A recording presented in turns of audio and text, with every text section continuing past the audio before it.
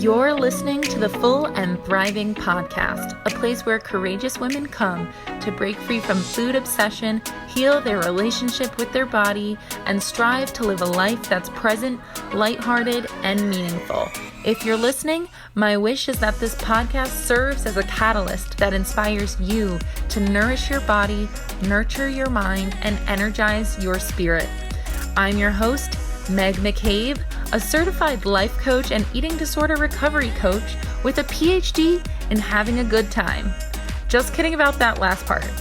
Anyway, thank you so much for listening and enjoy the show. Have you ever gone shopping for clothes and found yourself having an emotional breakdown in the fitting room about your size, weight, or appearance? Well, imagine witnessing hundreds of fitting room meltdowns as a bra fitter and turning it into a coaching career that empowers folks to feel confident in and outside of the dressing room. Well, this is exactly what today's guest, Kimmay Caldwell, did with her career. Kimmay is an undergarment educator, bra fitter, and self-love coach that helps people feel comfortable and confident in their bodies. She's appeared on the Today Show, the Rachel Ray Show, and the Martha Stewart Show. So she's really the go-to professional for all things bras, body love, and confidence. In this episode, I really intended to switch things up. And I will say, this show is different than our usual episode because we're not only talking about eating disorders, we're talking about broader concepts like style, femininity, and rejecting beauty standards. So if you've ever felt shame, confusion, and discomfort in the fitting room and had one of those moments where you thought you'd never be able to accept your body, this episode is for you. Hello, Kimmay. How are you today?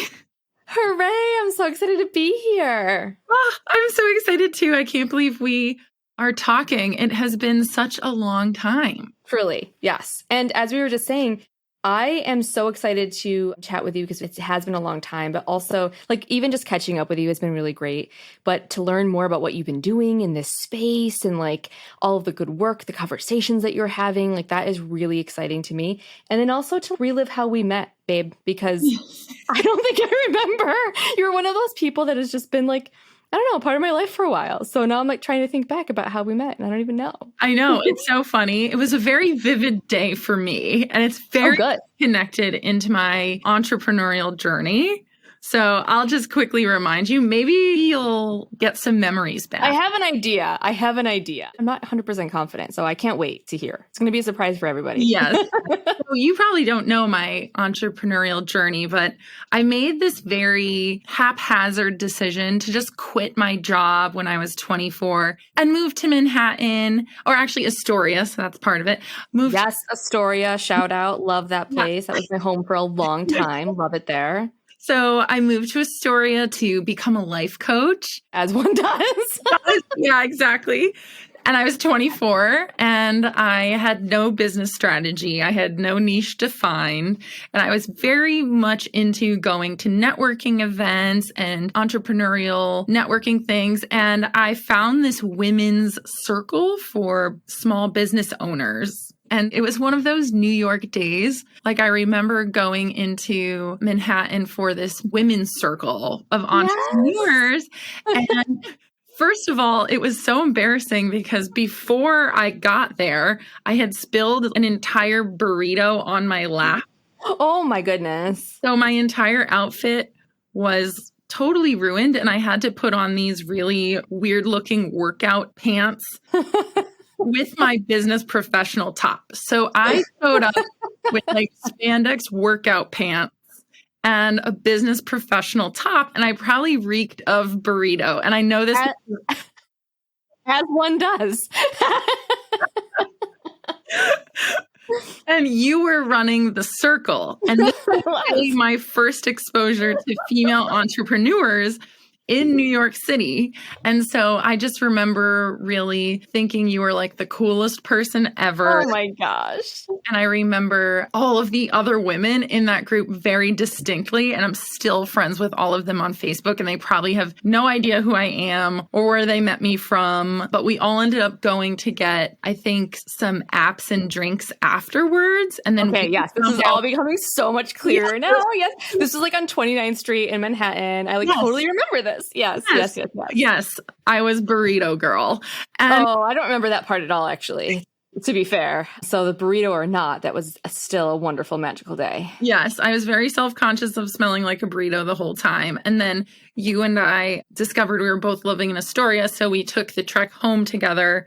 And then you told me all about your business, and I was just amazed. You were full-time. You were doing all the things. We discovered we have the same birthday, which I always remembered. I did not remember that. Wow, I'm so glad we're catching up. Wow, Capricorn power, babe. Capricorn power. And so as I decided to start for your own update, I started to find a niche and my work into the eating disorder recovery space because of my lived experience with an eating disorder. Yep. And I've been following your very unique career path. Also niche. Very niche career path throughout this entire time. And I see some similarities there. And for everyone listening, Kimmay is a bra fitter and coach, and there's so much more to that. And so anyway, before we dive into exactly what Kimmay does, Kimmay, what are your thoughts on this story? First of all, I'm so glad you refreshed my memory, and thank you so much for not judging that I don't remember, because I have one of those memories where I have like a magical day and then I'm like, what happened? Who was this? And I meet great people and I'm like, what's your name? But I love how we've actually stayed in touch, and I've been following your journey as well. And I saw that this became a niche of yours. I love it. I love that you're working in this space because people need so much support here. But yeah, I don't remember the burrito at all. I probably didn't even notice. You're totally clear there.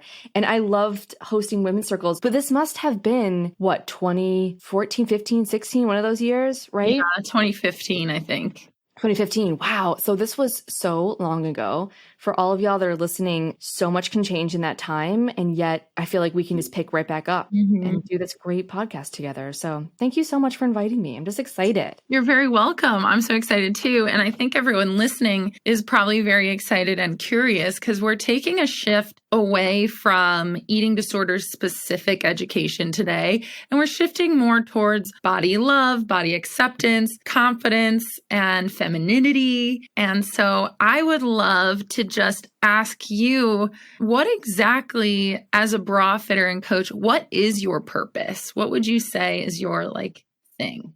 Oh man, I'm going to back up and tell you my why, right? So I know a lot of people who are in business or who are doing, and not necessarily even in business, but there's a big, movement to find your why. And if you don't know about this, look up Simon Sinek, and he has a very popular YouTube video from 2008. But now he has books on this, and he has a second book on how to find your why, which was very life-changing for me because I had watched the Find Your Why video once, and I promise this will make sense about bras in a minute, but I had found that once, and I had been fitting people for bras already. And I really did feel like bras and undergarments were my purpose and were my tool to help somebody say hooray, which is my way of saying really enjoy their life and enjoy themselves. But I was so stuck on the how of bras being the only tool that I was really missing out on the why I was doing it. And I think I knew it, I just hadn't gotten clear. So anyway, fast forward, and years later, I'm at a fireside chat with Simon Sinek and two people that co-wrote his second book with him of How to Find Your Why. And a girl in front of me asked a question I was not brave enough to ask. And she said, I feel like I know my why. I just want to know my how. And that was me. I was like, I know what I'm doing. I know bras. I just want to figure out how to do this in the world. And he said, okay, well, what's your how? And she said, well, my how is that I help busy professionals. I think she was working in the hospitality space. I help busy hospitality workers find a better work-life balance. And he goes, okay, there's a lot of how in your why already. And he said, your why is related to anything that you do. It could be your job. It could be the way that you relate to your husband or your parents or your friends. It's the reason people really love you and the contribution you're making in the world in general. And I was like, what? And he said, do you feel like your friends love you because you help hospitality workers find a better work-life balance? And she said, no, they like me because I'm funny. He said, great. That's a lot closer to your why. And I got full body chills. And I was like, oh my gosh. And it was that moment that I realized the why behind what I was doing was so much bigger than the bras, but I was approaching bra fitting in this way. So I'm telling you this for context because my why is I support people to find pathways of love within themselves and with each other so that we can have a more harmonious world. That's why I do anything. So if y'all don't think you can do that with a bra and a bra fitting, like I hope this podcast changes your life.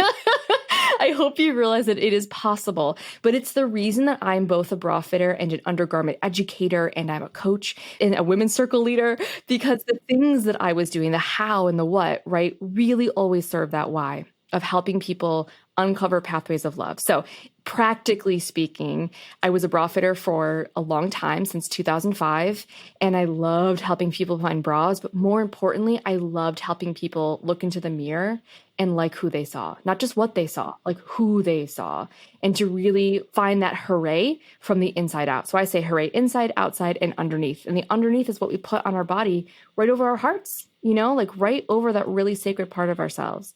So I've been a bra fitter. I'm now an educator. I work with brands to support them and share them. I go on television a lot and share some great 101 there. I do a lot of projects within my industry. I'm about to train bra fitters so that y'all can find compassionate bra fitters who actually are trained and know what they do, but also create a really safe and sacred space within that fitting room, because we need this. We need this support in our lives. So that in a nutshell is why I do what I do.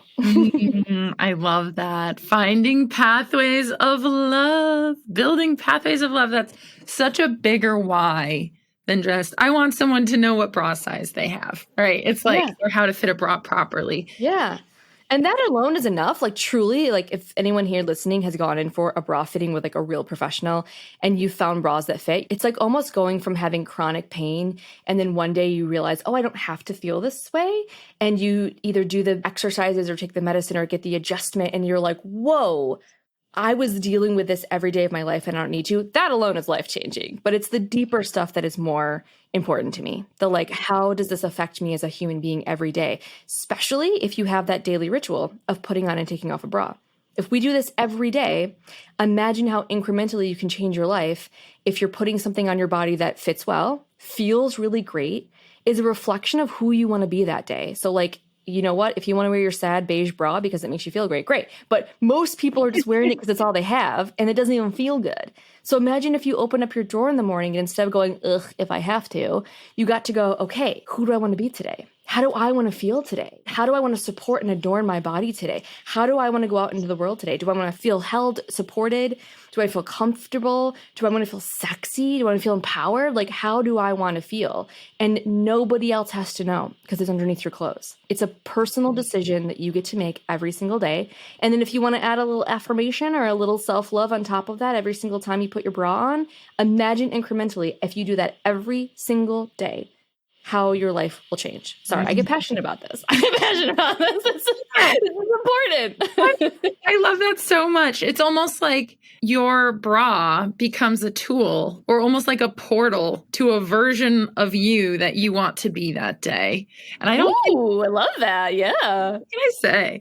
But yeah, I feel like everyone listening to this has a really complicated relationship with their body. And there's a lot of body shame, a lot of body hatred almost. And so it's interesting because we talk about bras in a way of how to find bras that fit so that you're not triggered, right? So you were talking about putting on bras and having them be really uncomfortable and living with that chronic discomfort and not really realizing why.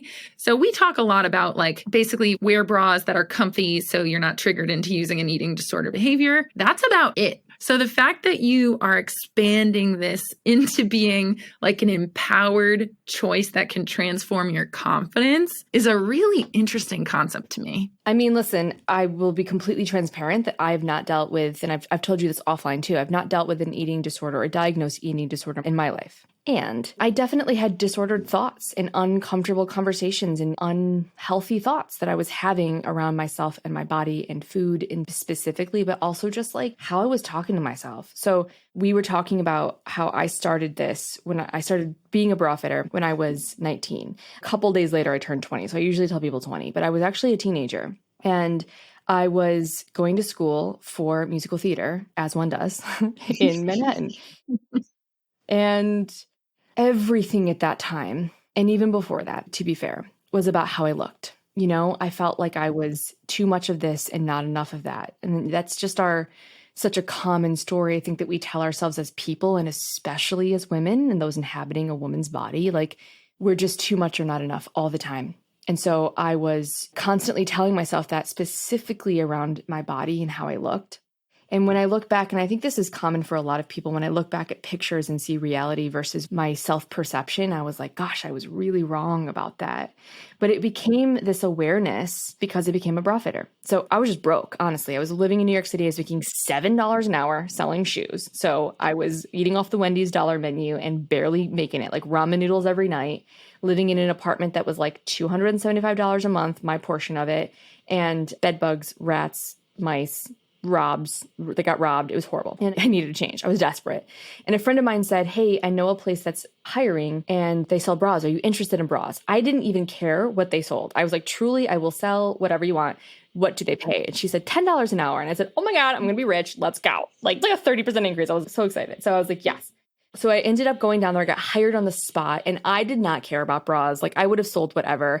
But the first week of being there completely changed my life. And that's because, like, I think a lot of people, this was before Instagram, and this was before any kind of body positive or body acceptance or body kindness movements. And so all I had to compare my body to was the perfectly airbrushed images in magazines. And I know this is a common theme for a lot of people when they see these images, and they can, oh my gosh, they can still be triggering to me. And that comparison did me no favors, because I was comparing myself to false perfection. But I didn't know any better. I was young. And so when I tell you I saw every kind of body you could imagine in the fitting rooms of New York City, it was every kind of body you can imagine. And it was such a blessing, because I saw people even that I thought were beautiful come in that still had these quote unquote imperfections, that still had stretch marks like I did, that still had cellulite like I did, that still had all these things. And also it was a wake up call to me, because I was seeing people who had given birth to 4 people, who were transgender, who were larger, who were smaller, who were whatever, people after cancer. That was a big eye opener for me as a young person. And when I did compare my body to them, I was like, oh, my body is actually quite able and young and privileged. I'm white presenting, but I'm Latina. Like, I had a lot of privileges that I just was taking for granted. And so without comparing in a way of like, oh, I should feel guilty, or I should feel, grateful for this, I just realized what a waste of time it was to talk to myself this way. Because every single person who came into that fitting room had something negative to say to themselves in the mirror, even the people I thought were stunning.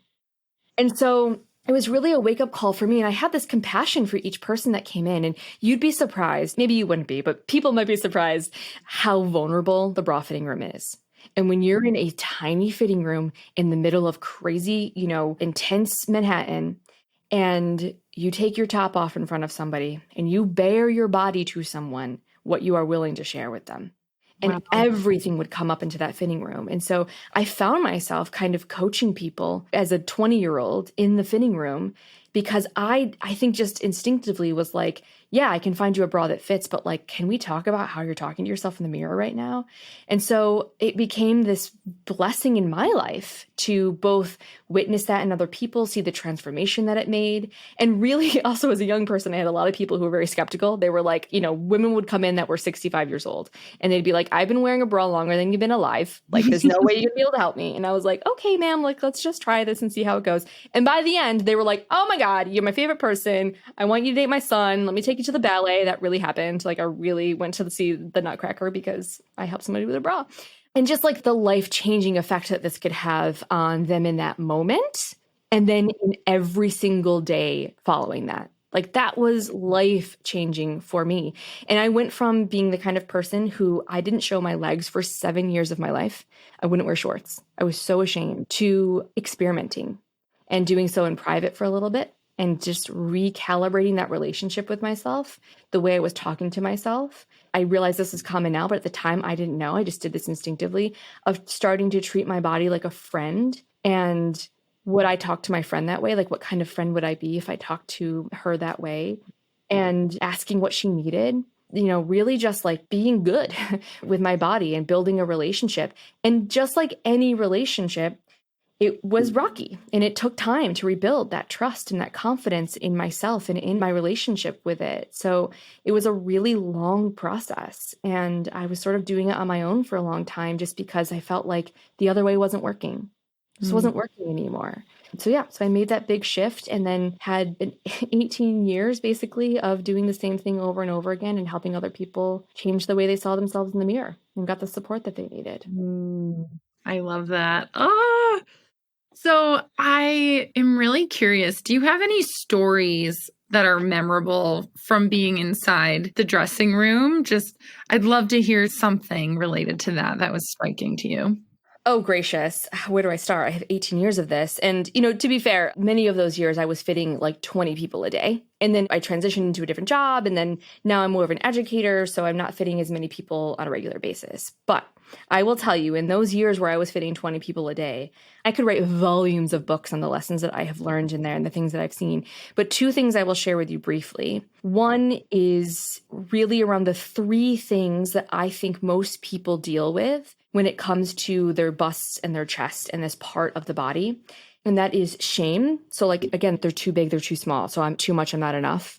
They're saggy, they're asymmetrical, they've got hairs on them, like whatever. Like there's some kind of shame around this part of the body. It could also be like sexual shame or having been sexualized at a young age or something like that. That there's something about this part of my body that is not okay or not safe. The second one is confusion. So what size do I even wear? What is the difference between a double D and an E? Why would I wear a 30 bend instead of a 34? Like all of those things. And then discomfort. That's the number one thing people usually notice first, right? Like it's digging in, it doesn't feel good, it's shifting, it's gapping, like I just don't feel good in it. So shame, confusion, and discomfort are the three top things that I actually address in the fitting room. It is not just, let me get you the bra that fits. It's those three things that we actually talk about in that room.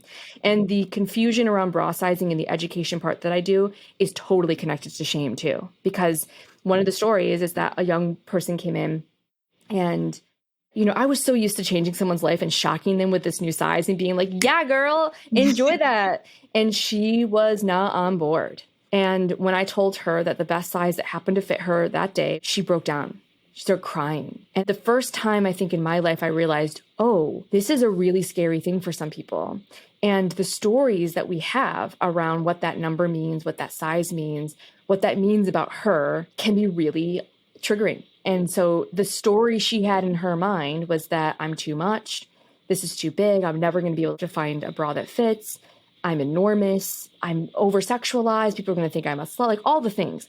I didn't change the size of her body. We just discovered the size that actually fits. And most people were so excited to finally have a size that fit that I just sort of was like, ta-da! And so now I have a whole new, more gentle approach of supporting people in that way and kind of have to figure out, like, how do you feel about the size? And I can't tell you how many people say I refuse to wear anything bigger than a D. Truly. There's like a lot of shame. And there's probably a lot of people who are like, are you kidding? I've got small A cups. I'd love to have a D. But the grass is always greener. And because of the way our culture views certain sizes, we have these stories about ourselves and what's okay and what's not okay and who we are and how this part of our bust projects that, literally. So the reason I think it's so important that we address those three things is because, like I said earlier, undergarments and bras specifically are worn right over the heart. So if you know anything about chakras, or even if you don't, even if you just know this is a special part of the body, and that your heart is there, those three things just cause blockage. They cause our shoulders to round and our heart to go back, and for us to protect this part of the body or to be upset with it. My biggest goal, besides my why in general, is for people to have their shoulders back and their heart out, making heart-led decisions. And when we lift things like shame, confusion, and discomfort, we get to do that. Okay, so that's number one. That's like a general story, but here's a really specific story that I hope you love, and I'll make it quick. Okay, I love it. So I loved supporting people with what I would call specialty needs. So like moms who came in for nursing bras or whatever, but there was this one that was really great. So this wonderful woman came in and she was elderly. She had to have been in like her 80s. And she had, and this is like a little bit of a TW here. We're going to talk about breast cancer and mastectomies. So this person had a double mastectomy. So her breast tissue taken out, and then she had reconstructive surgery. So she had now these new forms on her body. And she came in with her husband, and her husband was the same age, in his 80s, and they came shuffling into this tiny little store that we had, and it was like wall-to-wall bras, and there was no waiting area. So I lovingly told this man, like, hey, you can leave. We've got her. She's in good hands. And he said, I'm going to wait right here for my bride. We didn't have a chair for him. He was like sit and like shelf basically. And I said, okay, if you want to wait, that's all good. So he waited, and I went in to help this woman. I was probably like 24 years old. I don't even know. And she was so nervous, you could tell, and yet really eager for my help. And I said, okay, great. What do you need help with today? And she told me about her situation. And I'll never forget these words, Meg. She said, I just want to feel like me again. And I was like, oof.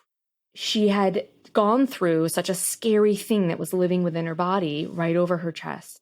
And that surgery is not easy on the body at all. And now she had a whole new thing to get used to. And so usually when we do post-mastectomy bras, we're talking like stretchy, non-underwire, like kind of boring bras.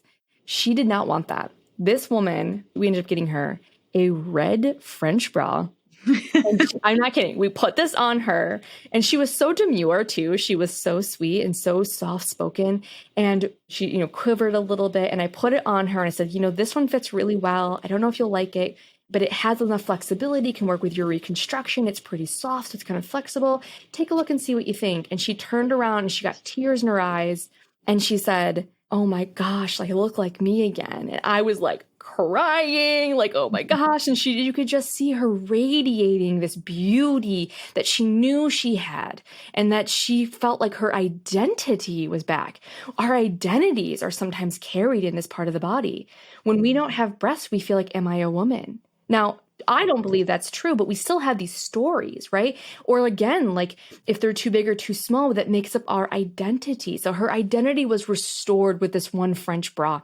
So anyway, we got her the things that she needed. I came out, I told the man, I said, hey, listen, I think we got what she needed. And he like shuffled up. He's like, did she get everything? And I said, yes, sir. She found some great options.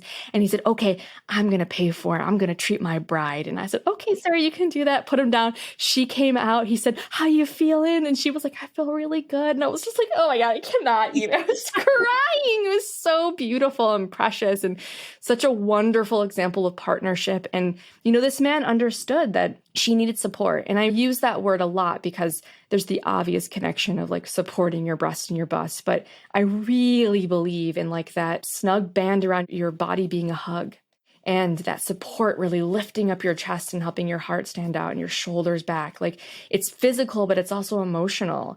And not everybody has that connection to undergarments, but I sure do. And I think it's possible for people too. So, okay, those are two. Those are beautiful stories. I love that. Oh, thank you for sharing. I think it's a really interesting perspective to have, that these undergarments can have a transformative effect on people and the experience of who they are. And it's also interesting from the eating disorder recovery lens. There is one thing I want to ask you about, is that connection to that first story, which was that girl heard the numbers, right? She heard the specific size and she immediately broke down. And I think that's relatable in a sense that, and maybe people in the weight restoration process of eating disorder recovery, that's a very common thing. People who have like maybe anorexia have to restore weight, and they actually get their chest back and get their like womanly figure back. I think hearing a size can be extremely triggering, and it makes you question like who you are. What does this say about me? Am I too much? Am I too not enough? Blah, blah, blah. So I'd love to just talk to you about that campaign you're a part of, which is More Than My Numbers. So could you share that? I'd love to hear more.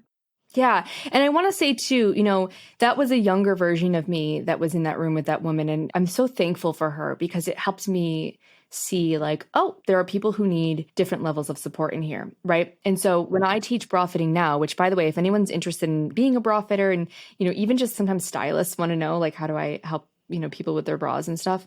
I have one coming up because I always teach people two things related to this. One is to always ask for consent, right? And then also to ask for consent about looking in the mirror. Not everybody's comfortable looking in the mirror. And so really asking like, do you want to take a look in the mirror instead of like, turn around and look, and just really opening up that as an invitation if they would like to. Mm-hmm. And then the other thing is we don't talk about size. I learned this very early. We don't talk about size. And when I measure someone, and this is exactly why I created this campaign, every single time I would wrap the measuring tape around someone, they would go and like try to suck it in or make themselves smaller. And you could see the panic in their eyes, and then have them go, what am I? What am I? What size am I? And I was like, whoa, hold on. And this is true, right?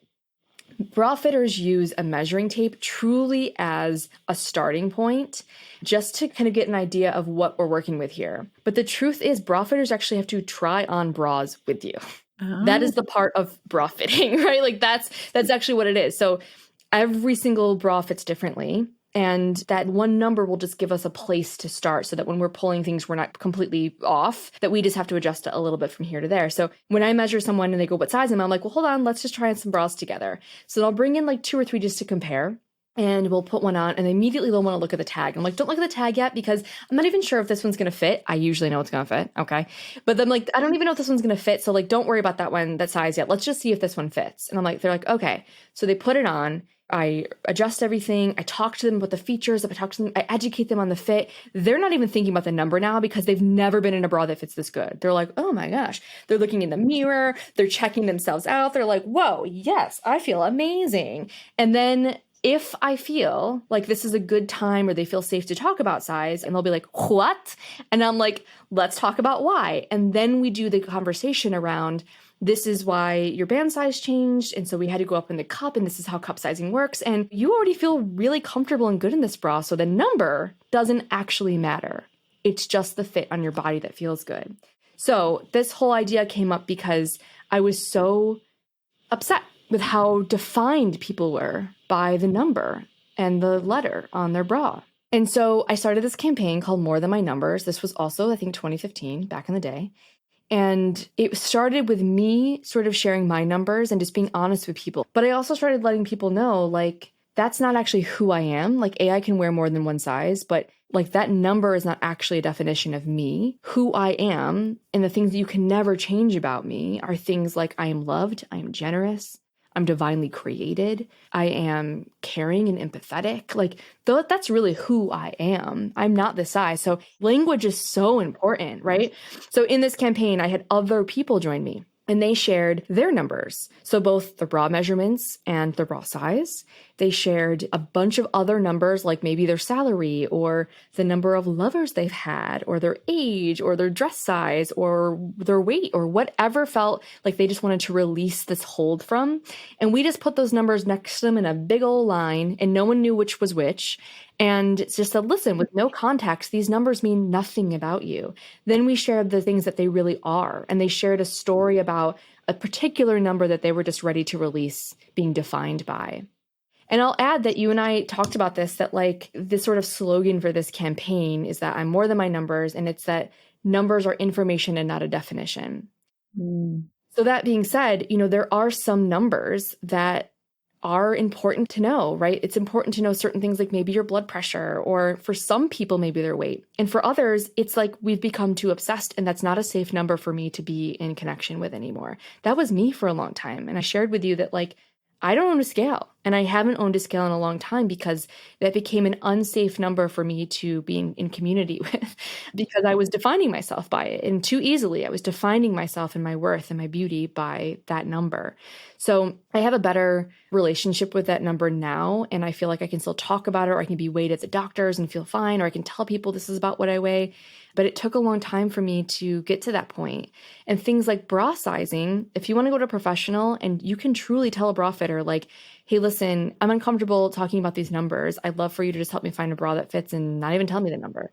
There are bra fitters who will do that for you. They're like, absolutely. Let's just put a bra on you. It fits. You can go home and never have to talk about that number again. We can cut the tag out if you want, like truly.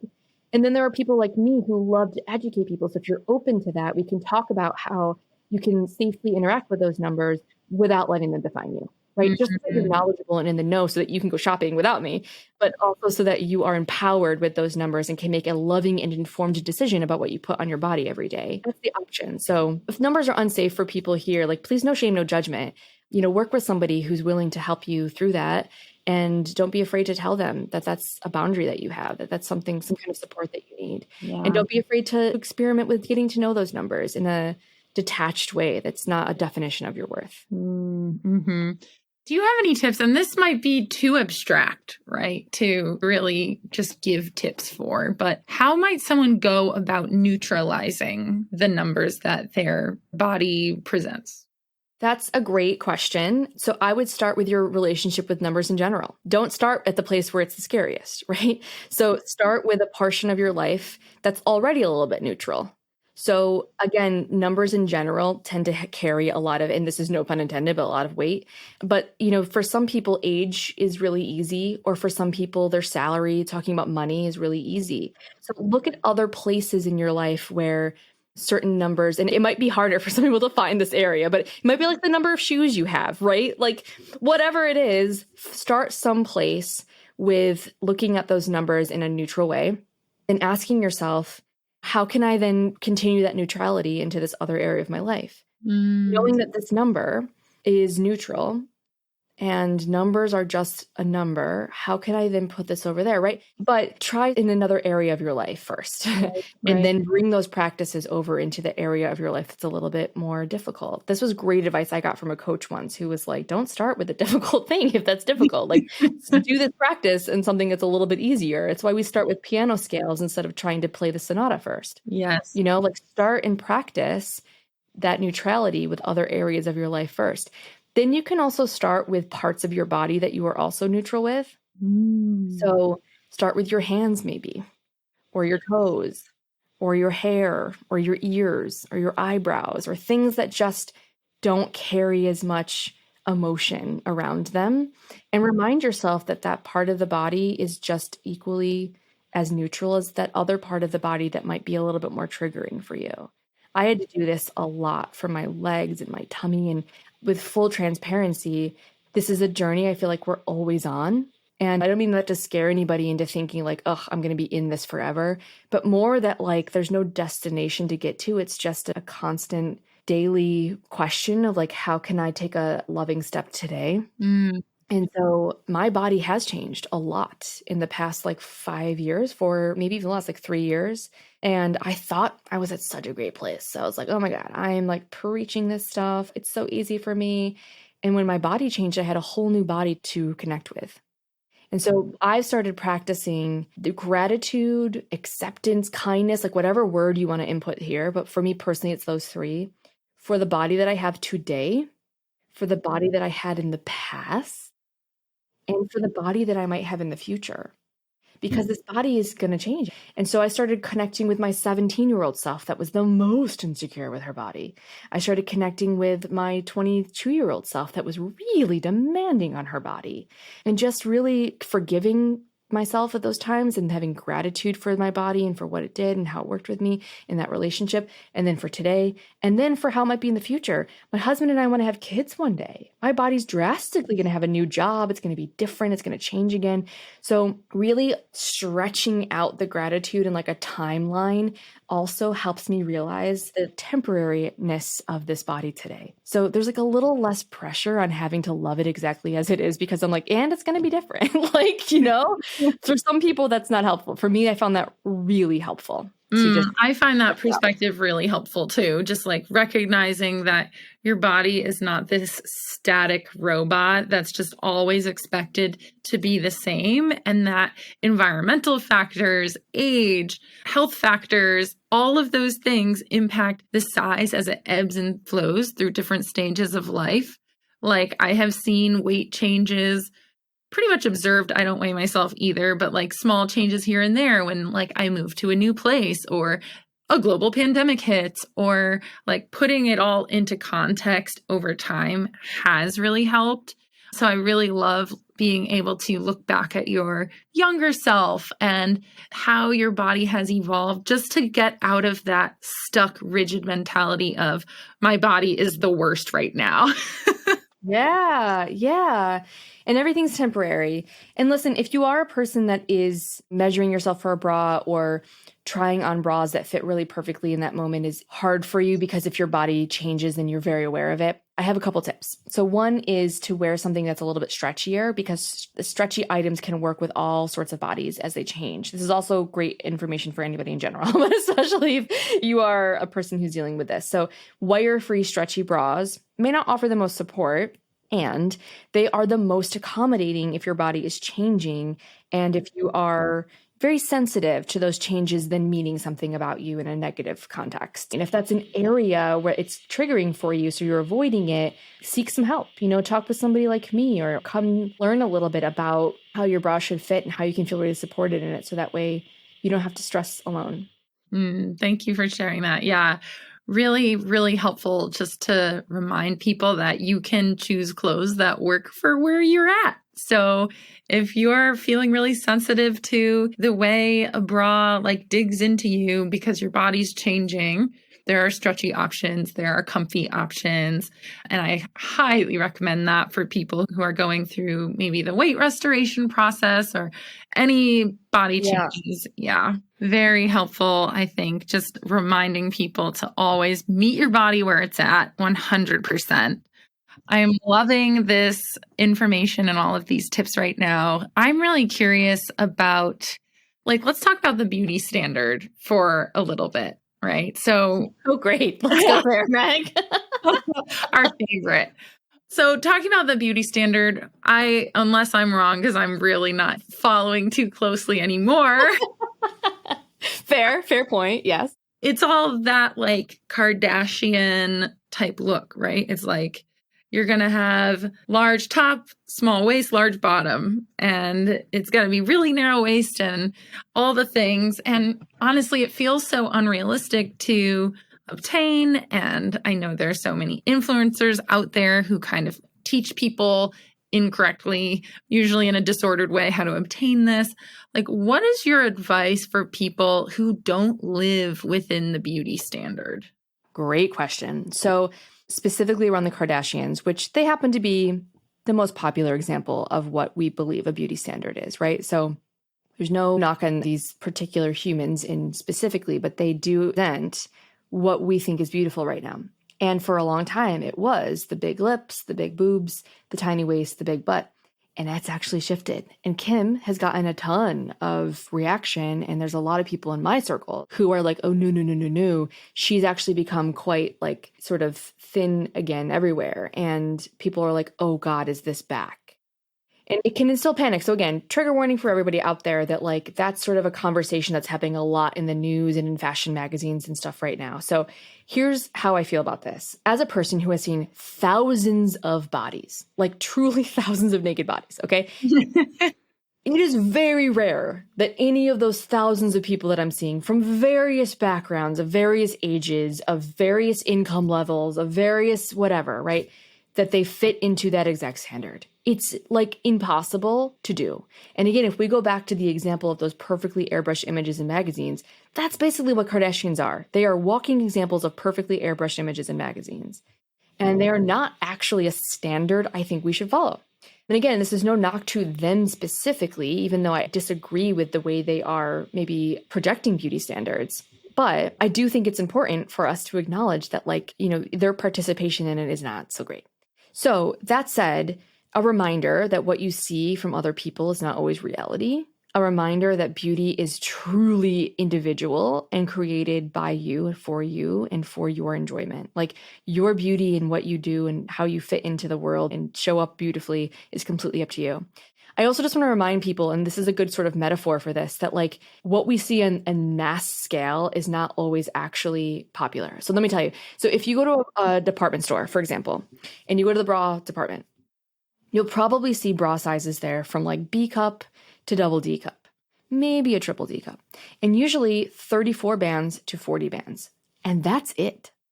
Now, y'all can't see this if you're listening, but I'm holding my hands pretty close together because that is the range of bra sizes that actually, represents. Yeah.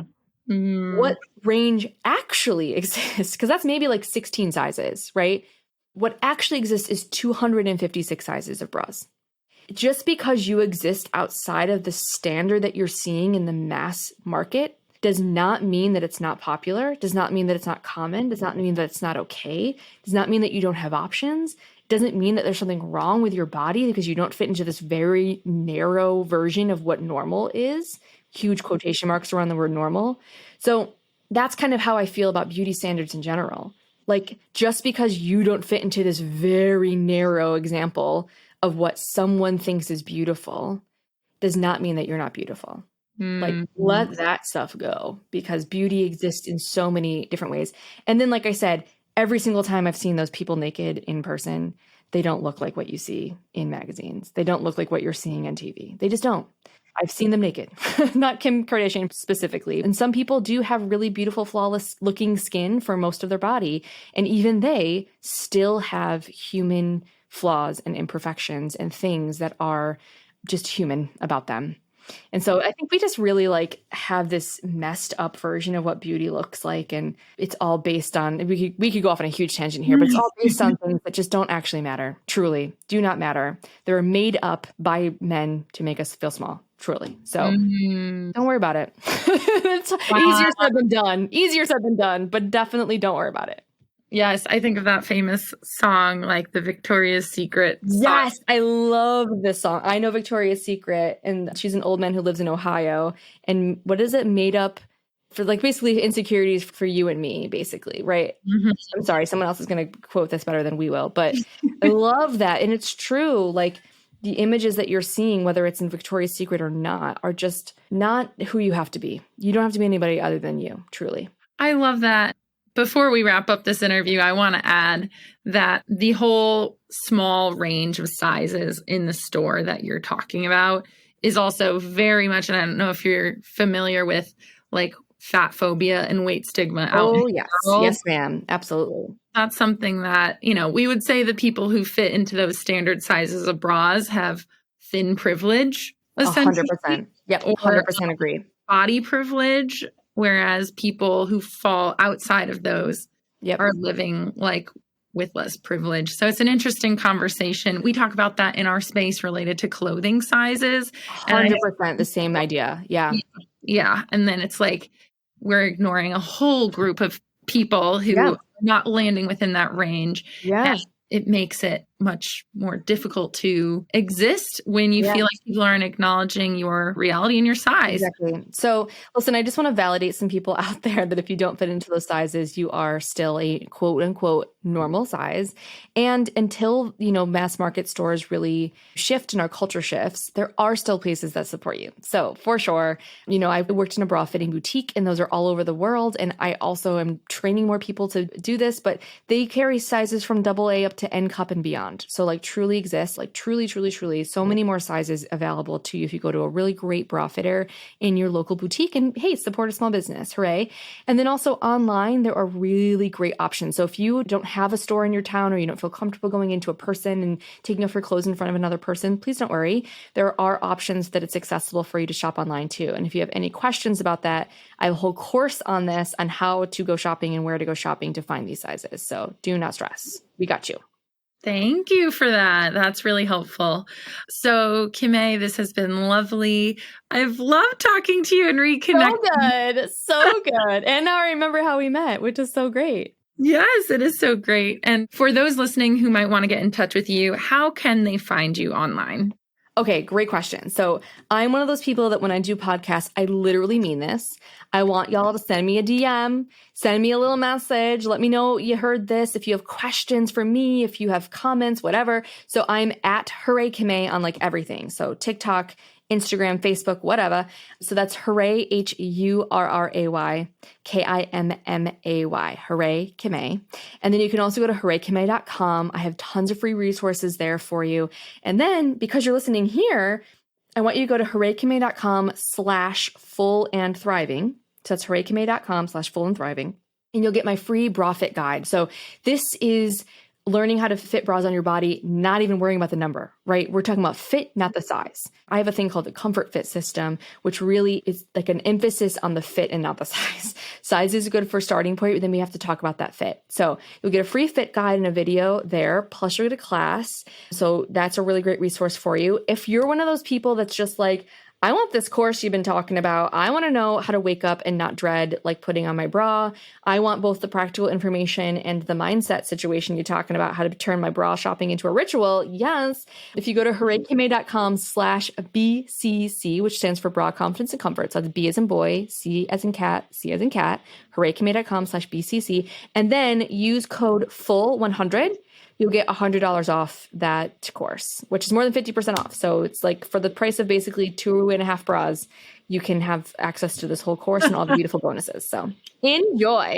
Wow. Well, thank you for that. We all love a good deal over here at Full and Thriving. So we're super appreciative. And Kimmay, thanks again. This has been such a delight. My pleasure. Such a beautiful part of my day.